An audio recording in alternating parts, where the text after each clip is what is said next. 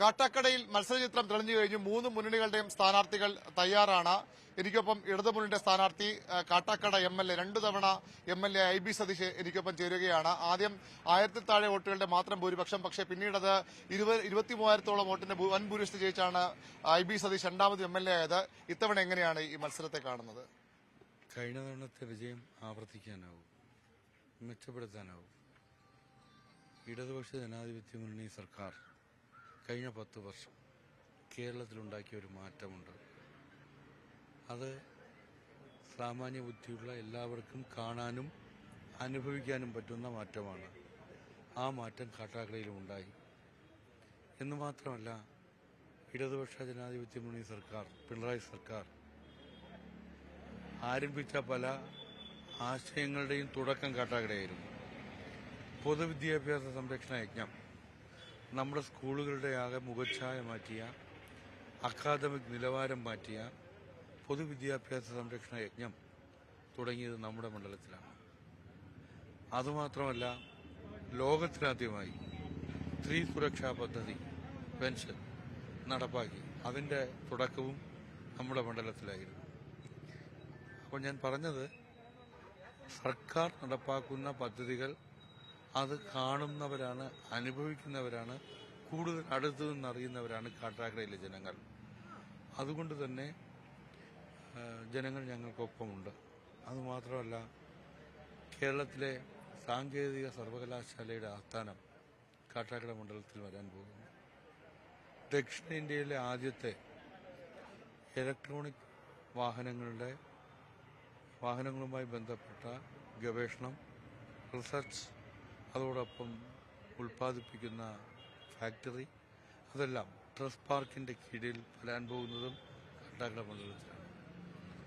എല്ലാ പഞ്ചായത്തിലും കളിക്കളം ഉണ്ടായിരിക്കുന്നു. അങ്ങനെ എല്ലാ മേഖലയിലും വികസനം മാത്രമല്ല, സാധാരണക്കാരുടെ നിരവധി ആളുകൾ ഇപ്പോഴും ഉണ്ട്. അവരുടെ പ്രശ്നങ്ങൾക്ക് പരിഹാരമില്ല. കുടിവെള്ളം കിട്ടാത്ത ഇനിയും പല പ്രദേശങ്ങളുണ്ടെന്നാണ് BJPയുടെയും കോൺഗ്രസിന്റെയൊക്കെ സ്ഥാനാർത്ഥികൾ പറയുന്നത്. കുടിവെള്ളം, ജൽജീവൻ മിഷന്റെ നിർമ്മാണ പ്രവർത്തനങ്ങൾ നടക്കുന്നു. അതുമായി ബന്ധപ്പെട്ടുണ്ടാവുന്ന ചില ജല ദുർലഭ്യം ചില മേഖലയിൽ ചില ദിവസങ്ങളിൽ ഉണ്ടാകുന്നുണ്ട്. പക്ഷെ നമ്മൾ കാണേണ്ട ഒരു കാര്യം, ഭൂഗർഭ ജലനിരപ്പ് അപകടകരമാമിതം താഴ്ന്ന ഒരു പ്രദേശമായിരുന്നു കാട്ടാക്കട.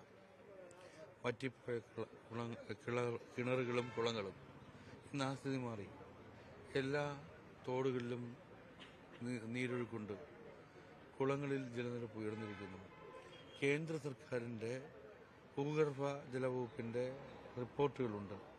തിരുവനന്തപുരം ജില്ലയിൽ ഭൂഗർഭ ജലനിരപ്പ് ഉയർന്ന ഏക പ്രദേശം കാട്ടാക്കട മണ്ഡലമാണ് എന്നത്.